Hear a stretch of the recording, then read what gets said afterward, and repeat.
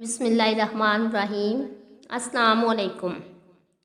حضرت عباس بن مرداس رضی اللہ تعالیٰ عنہ روایت کرتے ہیں کہ حضرت محمد صلی اللہ علیہ وآلہ وسلم نے اپنی امت کے لیے عرفہ یعنی ذی الحج کے 9ویں تاریخ کے دن مغفرت کی دعا کی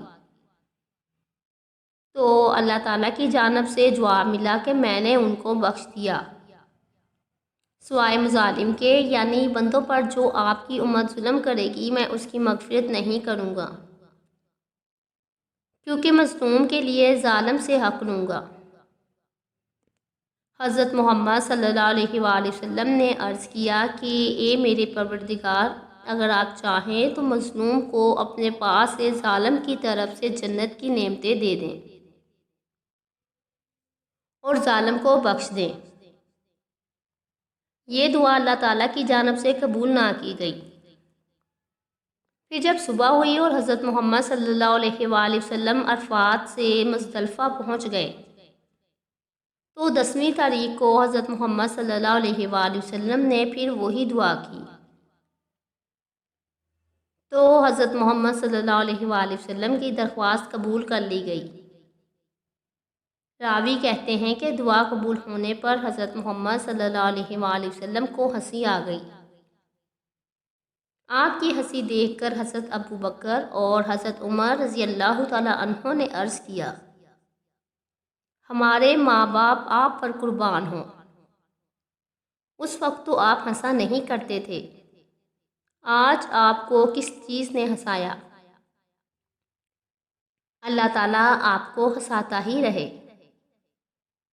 حضرت محمد صلی اللہ علیہ وآلہ وسلم نے ارشاد فرمایا کہ بلا شبہ اللہ کے دشمن ابلیس کو جب یہ معلوم ہوا کہ یقیناً اللہ عز و جل نے میری دعا قبول فرمائی اور میری امت کو بخش دیا تو اس نے مٹی لے کر افسوس کے مارے سر پر ڈالنی شروع کر دی اور ہائے افسوس کرنے لگا، لہٰذا مجھے اس کی بدحالی دیکھ کر ہنسی آ گئی۔ صاحب لمعات نے لکھا ہے کہ اس سے وہ حقوق مراد ہیں جن کی ادا کرنے کی کوشش کی گئی ہو اور کوشش کے باوجود ادا نہ کر سکا ہو۔ ابلیس ملعون کو جب زمین پر اتارا گیا تو عرض کیا کہ اے میرے پروردگار، تو نے مجھے زمین پر اتارا اور مجھے رجیم بنا دیا، لہٰذا میرے لیے کوئی گھر بنا دے۔ میرا گھر کیا ہوگا؟ اللہ تعالیٰ نے فرمایا کہ تیرا گھر حمام و غسل خانہ ہوگا۔ ابلیس نے عرض کیا پھر میری مجلس بھی کوئی بنا دے۔ میری مجلس کیا ہوگی؟ اللہ تعالیٰ نے فرمایا بازاریں اور راستوں کے جمگٹے اور مجمع ہوں گے۔ عرض کیا میرے لیے کھانا بھی بنا دے۔ میرا کھانا کیا ہوگا؟ اللہ پاک نے ارشاد فرمایا وہ کھانا جس پر بسم اللہ نہ پڑھی جائے۔ پھر کہا میرے لیے پینے کی چیز بھی بنا دے۔ میرا پینا کیا ہوگا؟ اللہ تعالیٰ نے فرمایا ہر نشے والی چیز۔ شیطان نے کہا میرے لیے موزن بھی بنا دے۔ میرا موزن کون ہوگا؟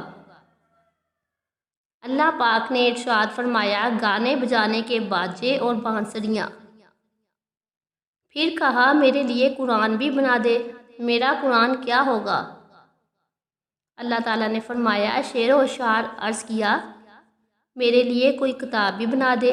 میری کتاب کیا ہوگی؟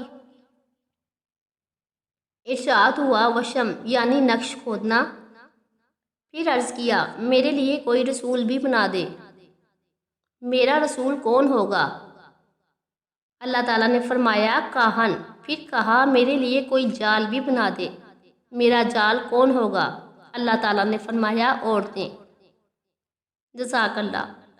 ویڈیو پسند آئے تو کمنٹ سیکشن میں ضرور بتائیے گا، ویڈیو کو لائک اور شیئر ضرور کیجیے گا، اور جو میرے چینل پر نئے ہیں وہ میرے چینل کو سبسکرائب کر لیجیے۔ اللہ حافظ۔